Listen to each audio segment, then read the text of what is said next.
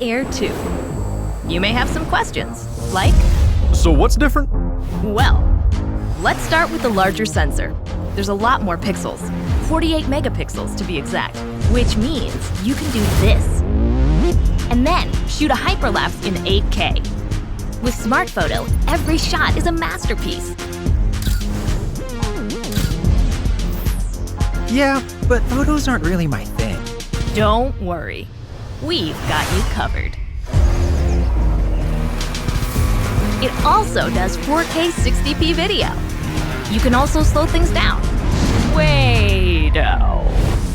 And yes, there's HDR video. How's the flight time? It's fantastic. You're looking at up to 34 minutes in the air, a new record for the Mavic series. We've added OcuSync 2.0, so you can fly longer and see clearer.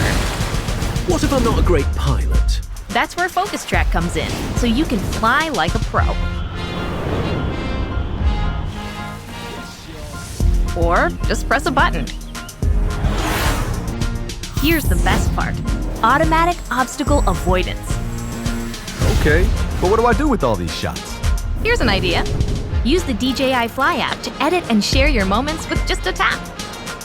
So, what's different? A whole lot.